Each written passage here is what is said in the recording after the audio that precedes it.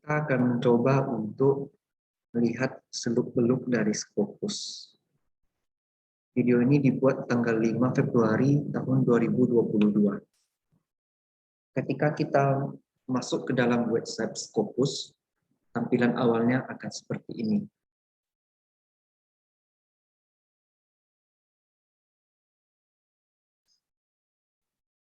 Jadi salah satu kegunaan Scopus ini untuk mengecek apakah tempat publikasi jurnal itu terdaftar di Scopus atau tidak. Kita pertama bisa coba melalui sources. Nah, dari sini terlihat ya ada beberapa artikel jurnal tempat publikasinya yang bereputasi. Terlihat dari nilainya 99%. Ini yang berarti masuk dalam kategori Q1. Kita bisa filter di sini. Misalnya kita hanya ingin yang Q2 saja. Kita klik apply. Nah, Q2 itu berarti dari 51 sampai 75%. Di sini dia akan mengurutkan berdasarkan site score, di mana yang paling tinggi untuk Q2 di sini adalah 9,0, diikuti oleh 7,7 dan seterusnya. Kita juga bisa mengurutkannya berdasarkan persentilnya. Tinggal kita klik. Nah, di sini terlihat yang tertinggi ada di 74%.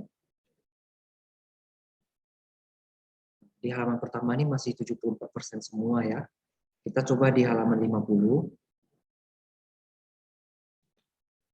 Kita coba lihat paling bawah. Oh, masih 71% juga ya.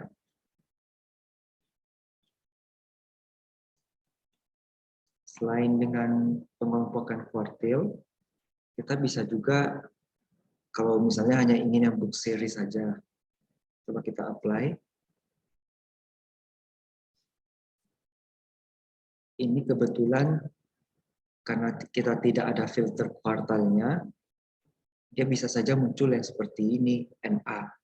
Ini artinya artikel ini dulu sempat pernah terindeks di Scopus, tapi kemudian discontinue. Kita coba salah satu saja.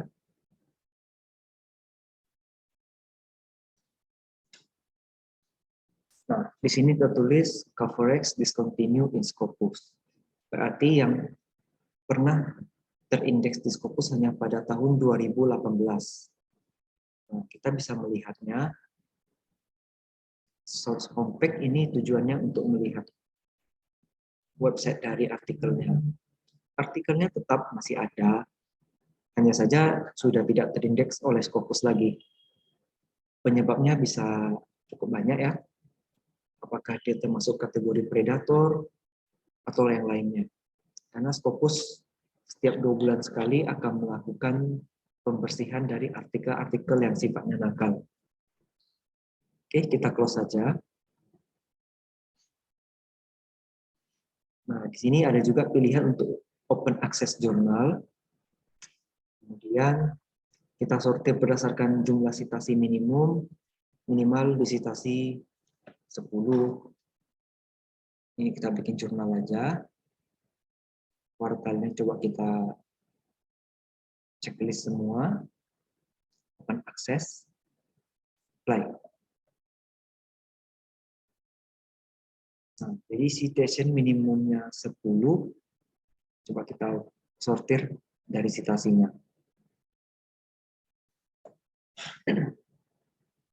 Nah, di sini terlihat ya ada beberapa yang mestinya cukup banyak ya.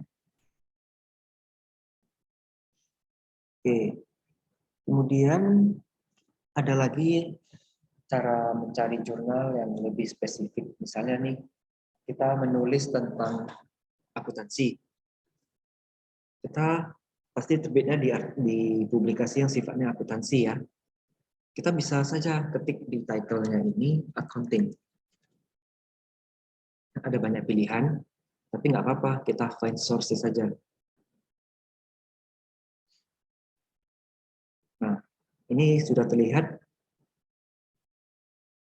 Ada beberapa artikel yang membahas tentang accounting, tapi sebelumnya ini kita hilangkan dulu ya, biar jelas terlihat semua yang tentang accounting ada di sini.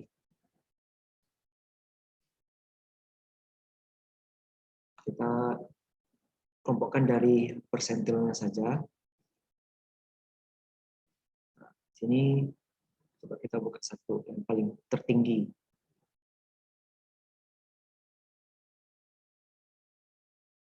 Accounting, Auditing, and Accountability Journal. Nah, yang seperti ini artinya bagus ya. Artinya sampai dengan saat ini tanggal 5 Februari 2022 ini masih terindeks oleh Scopus. Dan juga publishernya Emerald. Dan ini tidak perlu diragukan lagi. Coba kita lihat source homepage.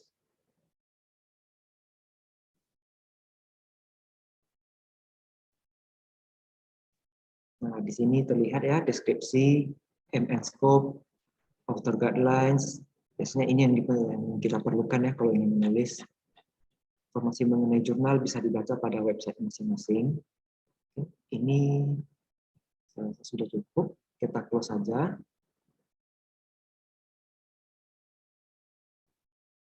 Nah, di sini kita bisa lihat site score-nya. Untuk tahun 2021 hitungannya 6,6, 2020 6,0, 2019 berapa? 4,9, 2018 4,8, berarti ada peningkatan setiap tahunnya dan ini artinya bagus.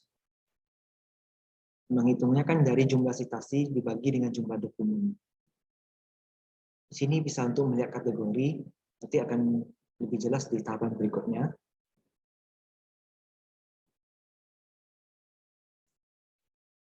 Kalau site score rank and trend ini ya sekedar untuk melihat artikel dari jurnal mana yang sering mengutip Accounting, Auditing, and Accountability Journal ini. Kemudian ada Scopus Content Coverage. Nah, ini adalah jumlah dokumen yang terindeks Scopus pada tahun sekian. Tahun 2022 ini ada 20 dokumen yang terindeks oleh Scopus. Dan karena ini masih tahun berjalan, bisa jadi jumlahnya akan meningkat lagi. Tahun 2021 ada 136 dokumen. Kita lihat di sini, angkanya naik terus setiap tahun. Cenderung naik ya, meskipun ada yang turun. Ini menandakan artikel ini sebenarnya cukup sangat bagus kualitasnya. Kalau ini site score ini biasanya yang sering dibilang impact factor ya, ini semua dihitung dengan metodologi yang berbeda.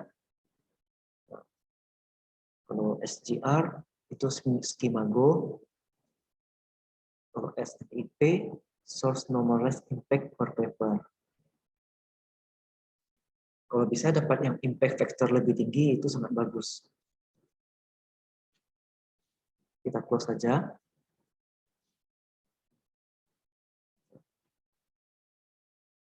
Dan Q1 ya. Coba kita lihat dari belakang. Inilah contoh-contoh artikel yang dulu sempat terindeks Scopus tapi sudah tidak terindeks lagi. Nah, ini Universal Journal of Accounting and Finance. Dia bernilai 1%, artinya di Q4. Coba kita lihat. Nah, di sini Scopus coverage years-nya dari tahun 2020 hingga 2021. Diterbitkan oleh Horizon Research Publishing. Ini cukup terkenal, tapi apakah di 2022 masih lanjut atau tidak, kita masih belum tahu. Cara untuk mengeceknya bisa melalui Scopus Content Coverage.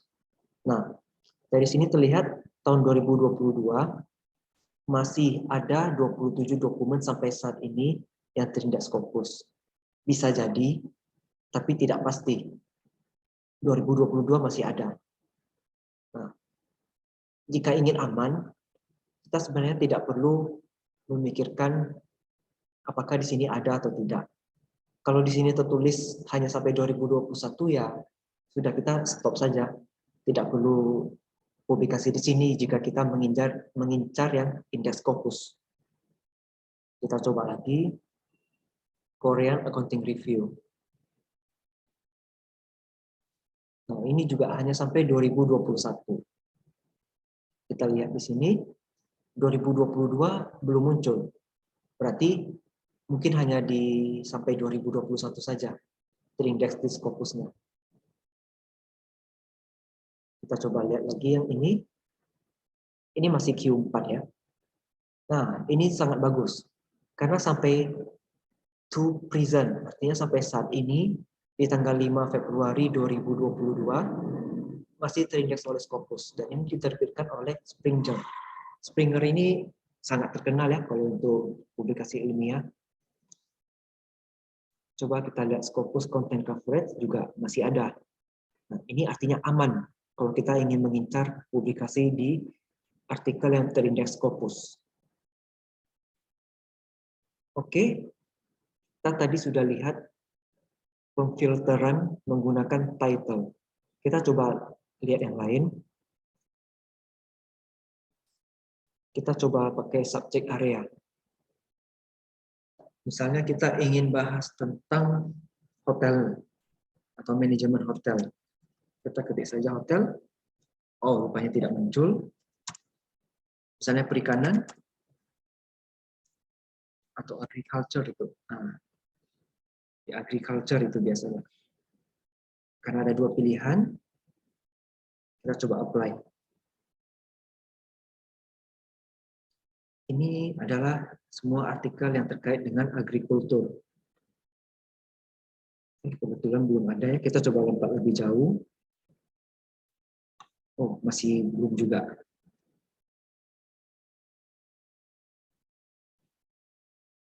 Ini ada satu, cukup menarik. Posisinya di antara ada dan tiada ya. International Journal of Phytopathology.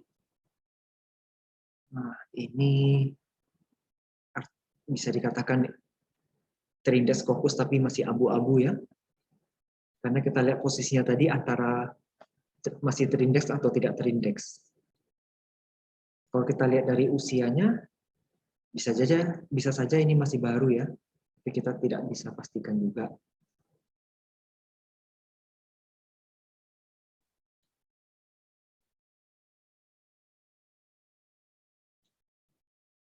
Oh, rupanya banyak sekali ya yang bermasalah di sini. Kita langsung lompat ke halaman terakhir, karena tadi kita sortirnya via persentil, berarti ini jadi Q1. Studies in Mycology.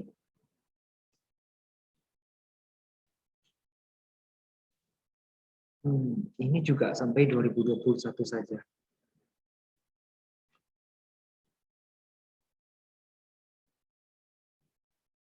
Kurang lebih begitu ya cara untuk mencari artikel sesuai dengan subjek area kita. Berikutnya kita coba melalui publisher. Kita normalkan dulu ya. Kita balik klik sources-nya. Oke, misalnya publisher-nya kita ingin Springer. Coba dulu kita klik satu, kita apply. Ini adalah artikel yang diterbitkan oleh publisher Springer, tapi topiknya di sini jadi beragam sekali ya. Ada kimia, biologi, kanker, teknik energi, fisika astronomi, dan lainnya.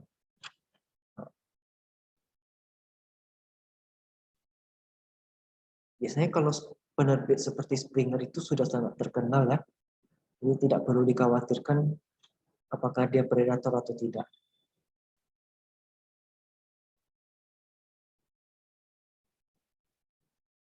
Setelah itu kita bisa lihat dari ISSN. Kalau saya secara pribadi jarang menggunakan ISSN, karena memang saya tidak mungkin kita harus cek satu-satu ISSN dari artikel yang ingin kita cari.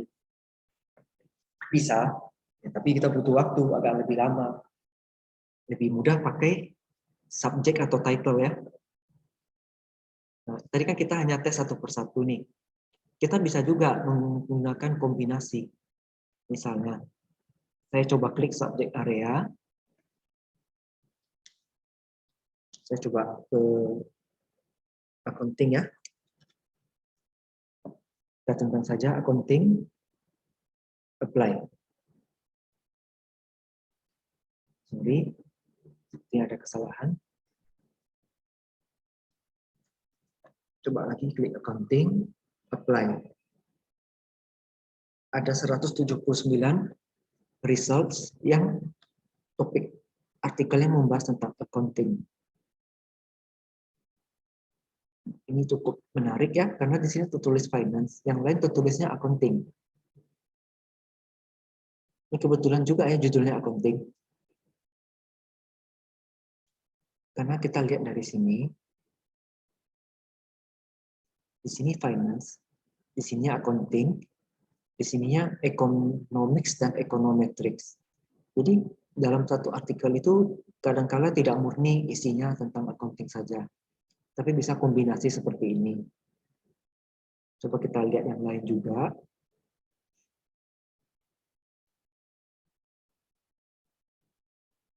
Nah, ini Work, Employment and Society, ini Q1.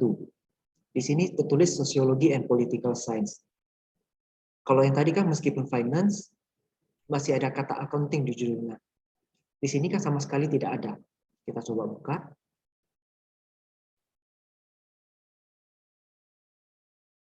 Nah, subjek areanya ada tertulis accounting di sini. Biasanya yang tertulis itu, yang tertulis di bagian sini, Sociology and Political Science, itu biasanya adalah yang ranknya lebih tinggi persentalnya. Makanya ditulis di bagian awal. Karena dia di atas, ini yang muncul. Nah, accounting rupanya di nomor 2. Dan seterusnya. Jadi ini masih bisa. Dan ini diterbitkan oleh Sage. Sage ini juga sangat terkenal kalau di bidang penelitian untuk publikasi ilmiahnya. Sini cukup menarik karena hanya sampai 2021. Tapi di 2022 ada 2 dokumen ya. Berarti ini bisa jadi belum divalidasi oleh Scopus. Coba kita lihat.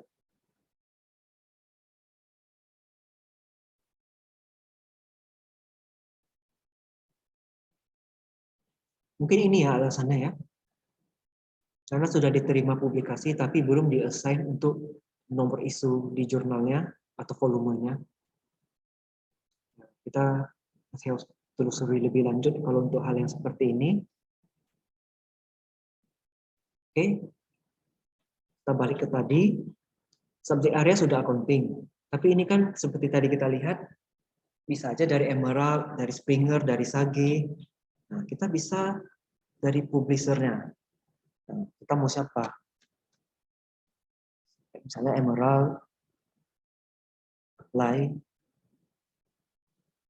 Inilah 27 artikel Trindex Scopus yang membahas tentang accounting dan diterbitkan oleh publisher Emerald. Emerald ini sudah sangat terkenal kalau di bidang penelitian. Inilah dia semuanya.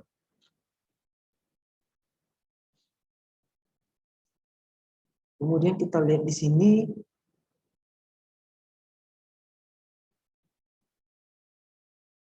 Nah, ini kan ada judul publikasinya yang tidak mengandung kata accounting. Meskipun pada akhirnya nanti ketika kita cek, subjek areanya juga tetap ada accounting ya, meskipun sini finance. Kita bisa kombinasikan lagi dengan title. Title-nya harus mengandung kata accounting. Find sources. Dari 27 tinggal 21 hasilnya.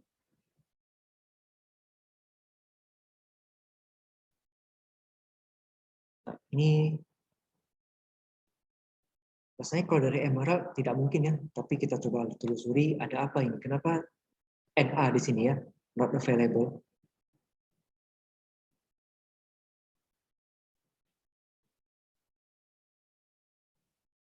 Masih belum bisa dipastikan ini ya.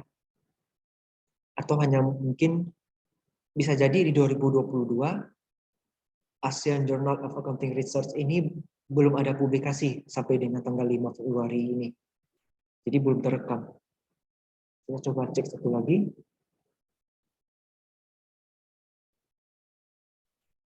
Oh, kalau ini discontinue di Scopus. Tapi penyebabnya apa kita belum tahu ya. Kalau predator saya rasa tidak mungkin karena ini emerald ya. Emerald sudah sangat terjamin kualitasnya. Jadi tidak mungkin predator. Saya rasa sekian pembahasan dari Scopus.